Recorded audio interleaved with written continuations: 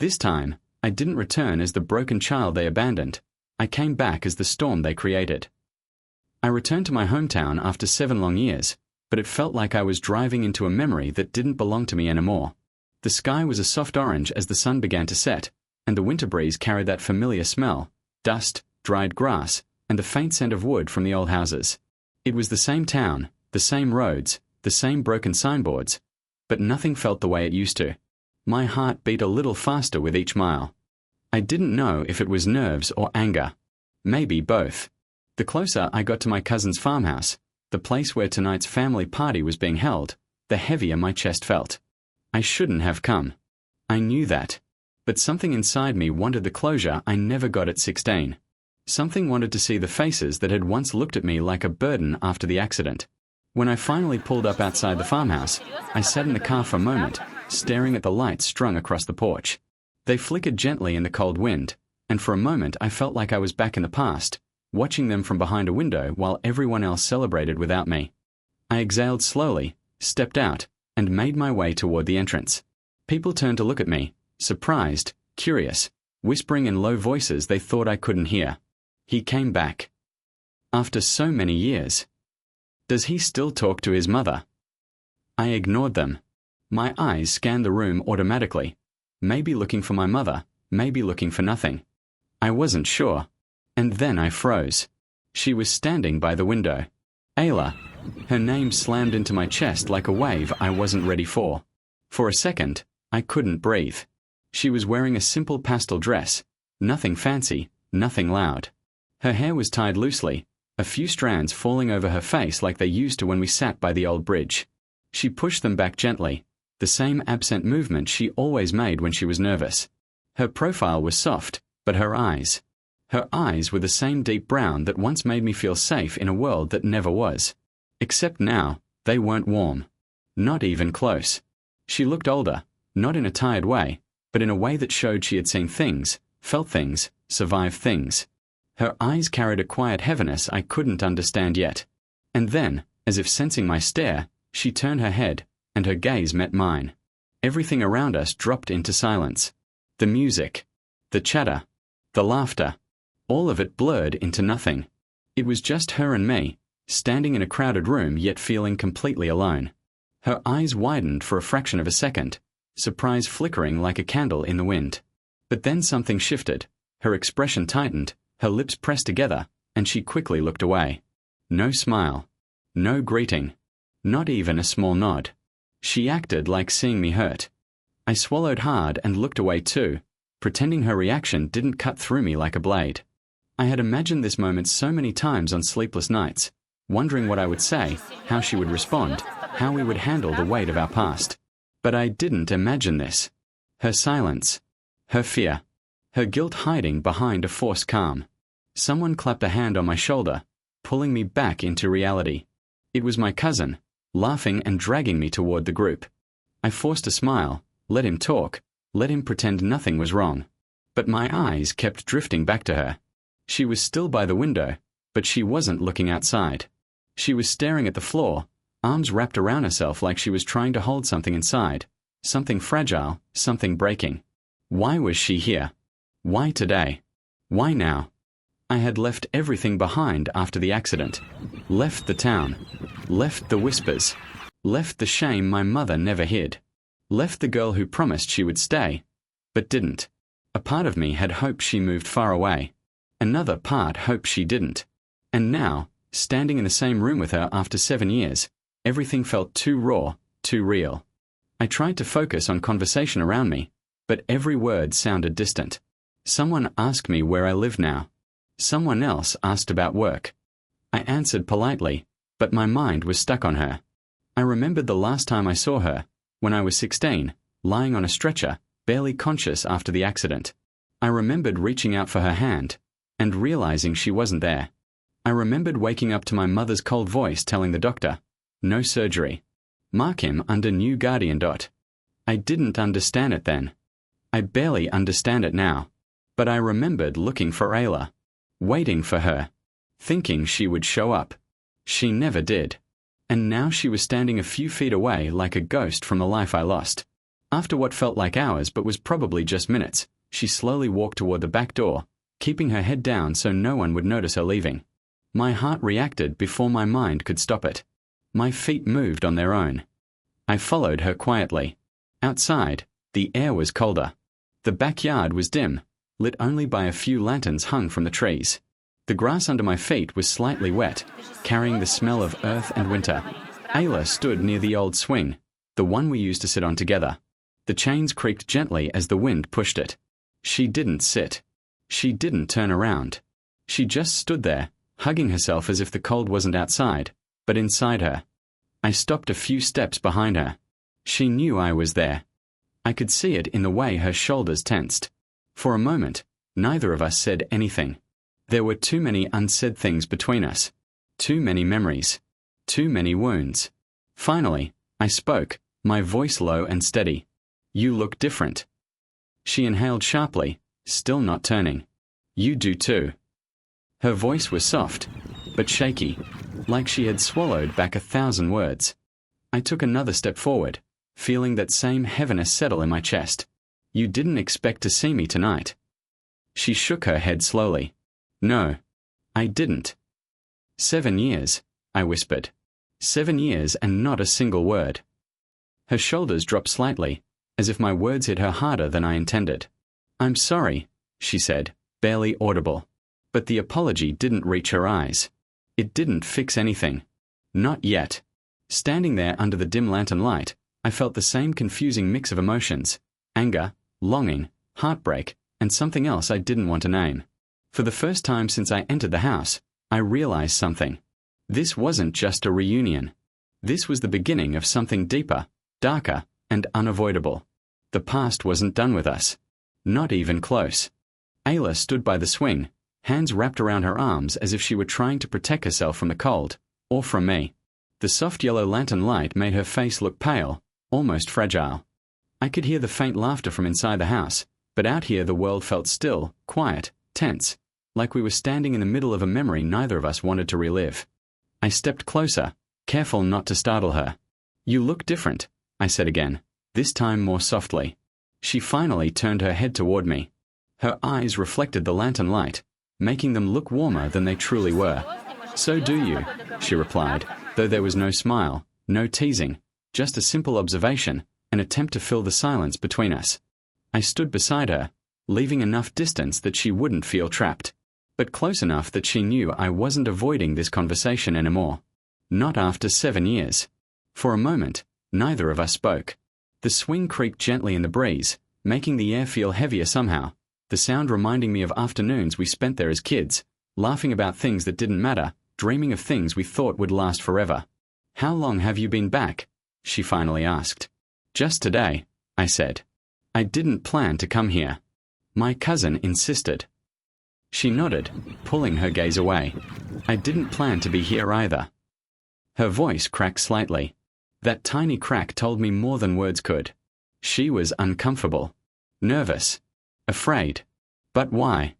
I took a slow breath, trying to piece myself together before I asked the one question that had lived in me for years. "Why did you disappear after my accident?" She flinched so visibly it almost hurt to watch. Her hands gripped her own arms tightly, fingers digging into the fabric of her sleeves. She swallowed. "I wanted to come." "Wanted," I repeated quietly. "But you didn't." Her breath hitched. "I couldn't." I stepped 1 inch closer. "Couldn't, or didn't." Her eyes met mine again, and I saw something there. Not indifference. Pain. Shame. Fear. It twisted something inside me. "I was 16, Ayla," I said, my voice low. "I woke up alone in a hospital bed. I kept asking the nurse if someone was there for me. I kept thinking you would walk in with that stupid worried face you always had when I got hurt." She shut her eyes tight, like the memories were knives. "Ayla," I repeated, softer this time. "You promised me you'd always stay." A single tear slipped out, though she quickly wiped it away, pretending it hadn't fallen. "I know." "So what happened?" She looked away toward the field, dark, empty, quiet. Her voice was barely above a whisper. "There are things you don't know." My chest tightened. "What things?" She shook her head quickly. Not now. Please. Why not now? Because. She hesitated, struggling with something inside. Her hands trembled.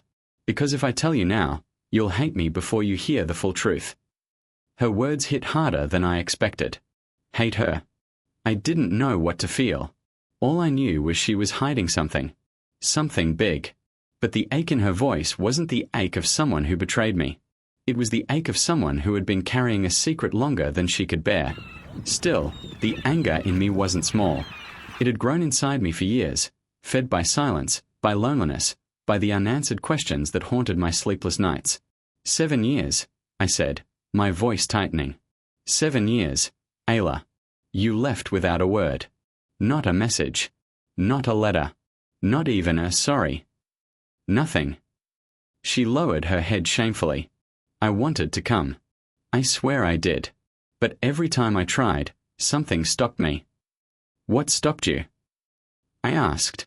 But deep down, I felt like I already knew. The shadow of my mother had always been long and dark.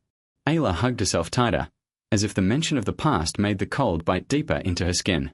The lantern light flickered, and for a moment her face looked younger, like the girl I once knew, scared of storms and secrets. She spoke so quietly I almost missed it. Your mother told me to stay away. The night grew colder around us. I felt something in my chest sink. Of course. My mother. She didn't want me near you, Ayla continued, her voice shaking. She told me I was a distraction, that I would ruin everything. She said it was my fault you were out that night. She said if I cared about you at all, I would disappear. My jaw tightened. That sounded like her. That sounded exactly like her. And you believed her? I asked. Ayla lifted her head, pain etched into her features. I was 16. Scared. Confused. Your mother came to my house with papers and threats. She said if I tried to visit you, she would make sure my family suffered. I stared at her, unable to speak for a moment. The memories from that time flashed through my mind. My mother's cold voice, her anger, the decisions she made without asking me. Decisions that changed everything. You could have told me, I whispered. She shook her head. She made me sign something. My heart nearly stopped. What kind of something? A promise. Her voice broke. A written promise that I wouldn't come near you. Or she would. She would. She couldn't finish. And I understood. My mother had left scars on both of us. Silence sank between us again. The kind of silence that feels like standing on the edge of a cliff, not knowing whether to step back or fall. Ayla brushed a tear away with the back of her hand. I didn't stay away because I didn't care. I stayed away because I was scared. And because every time I tried to get close again, she made sure I remembered that promise. I exhaled slowly, my anger and hurt mixing with something else, something heavy and bitter. She wasn't lying.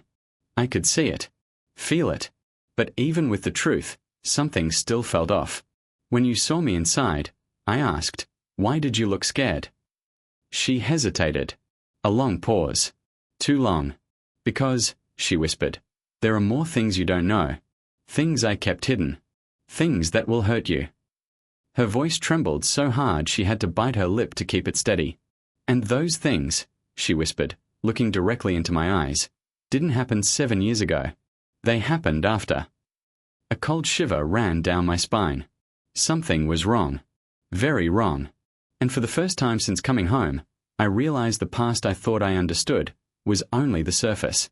The real truth was buried deeper, much deeper. And Ayla was terrified of digging it up. The night grew colder, as if even the air could sense that something important was about to break open. Ayla stood there in front of me, shaking, her arms wrapped tightly around herself, her eyes looking like they were holding back storms she had carried alone for years.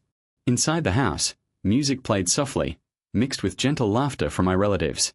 But out here in the backyard, under the lantern's trembling glow, everything felt heavy and sharp.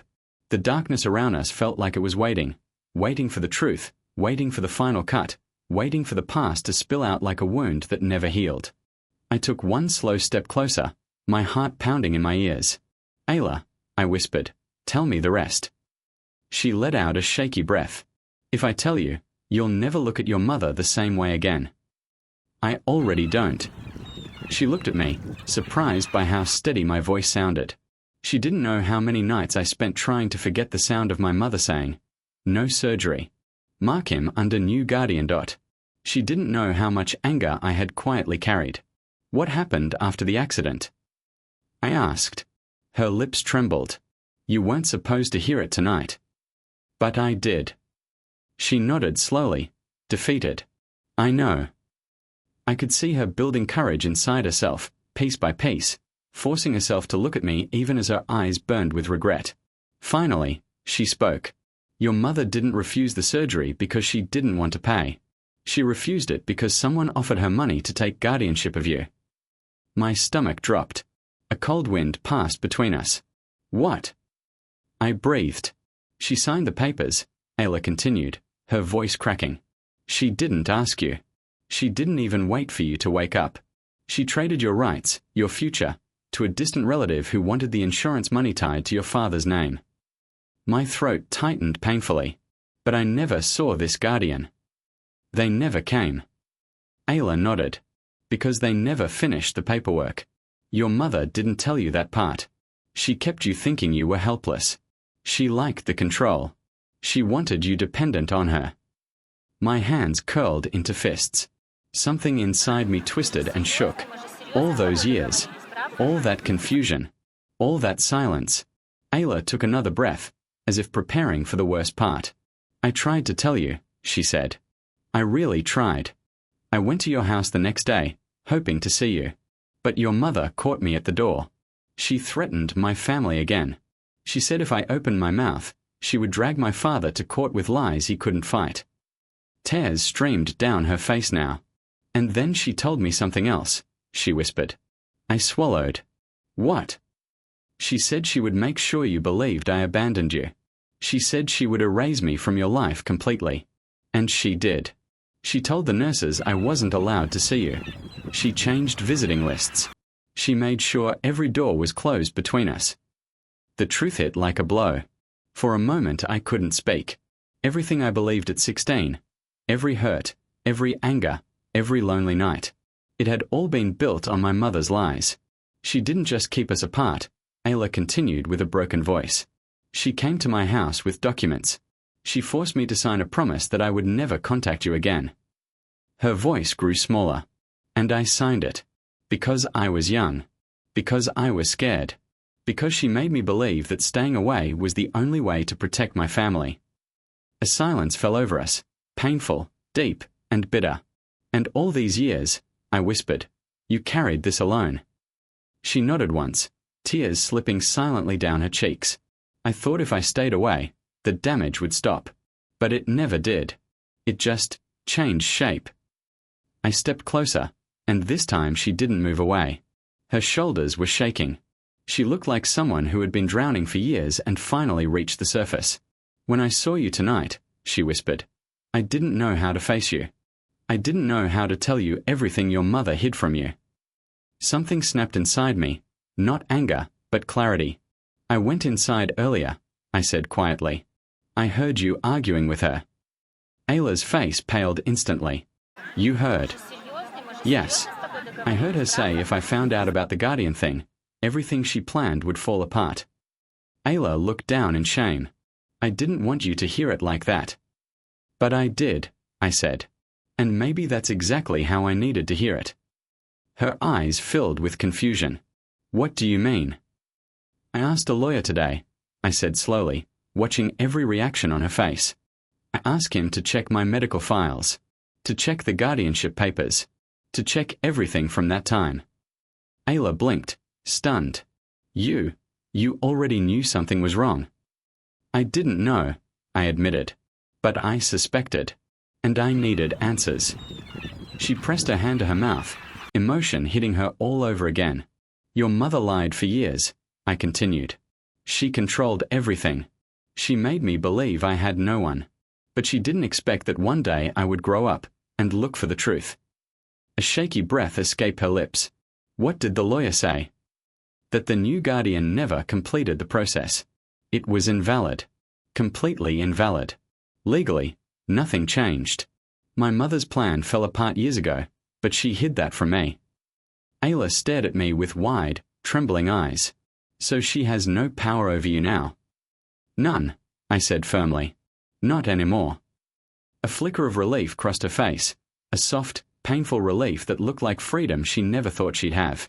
So tonight, I added quietly, when she tried to corner you, when she tried to remind you of the past, she didn't know I already knew. A long silence hung between us. Then Ayla whispered, "What are you going to do now?" I looked back toward the house, the place full of memories, lies, manipulation, and years of silence. And for the first time in my life, I felt nothing for it. No attachment. No fear. No guilt. Just clarity. "I'm going to leave," I said softly. "But this time, I'm leaving by choice, not because they forced me out." Ayla's lips parted. "And me?" I looked at her carefully, really looked. She wasn't the girl who abandoned me. She was the girl who was punished for loving me. The girl who carried guilt that never belonged to her. The girl who broke so I could survive. "You," I whispered, "deserve to stop being afraid." A tear rolled down her cheek, but she didn't look away. "I can't change what happened," she whispered, "but I've never stopped caring." I nodded slowly. "I know." And then I turned around. Not because I hated her. Not because I wanted to hurt her. But because I needed this one final moment to reclaim myself. Some revenge isn't fire. Some revenge is truth. And truth, spoken at the right time, burns deeper than any anger ever could. I walked toward the gate, leaving behind the lights, the lies, and the woman who raised me with control instead of love. Ayla stood still behind me, breathing hard, watching me go with eyes full of everything we lost, and everything we might still find someday. But right now, I just needed air. Freedom. Truth. For years, I thought I left home because life pushed me away. Tonight, I realized I was walking away because I finally chose myself. Final line. This time, I didn't lose anything. I finally walked away with the truth.